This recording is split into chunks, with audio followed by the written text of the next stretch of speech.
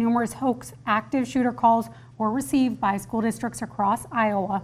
As many as 30 districts received these fake threats. Several North Iowa schools were among them, as again we mentioned. KIMT News 3's Alec Oz is joining us now. And Alec, after you spoke with the Mason City Police Chief earlier, what is he sharing with us all?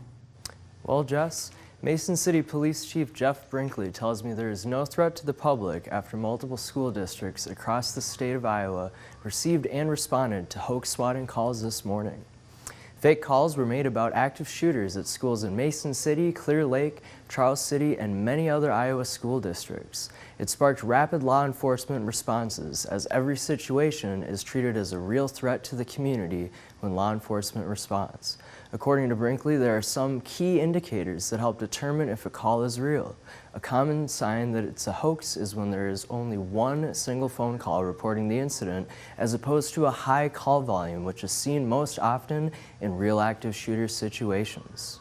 Kids at school got a phone, and if that's happening, they're going to 911 that, teachers and other staff, and sometimes, when these things happen in buildings, it sets off smoke alarms and other kinds of things that lead us to believe there's much more going on than maybe the information that we have. And in the absence of some of that additional information, we're able to pretty quickly realize that this may not be what's really happening.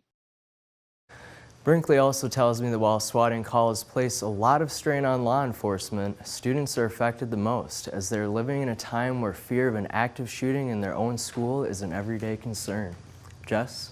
All right, thank you, Alec. This is the first major wave of swatting calls reported in Iowa schools this year, but these calls have been an ongoing problem in several other states, and as we've continued to cover, Minnesota is one of them.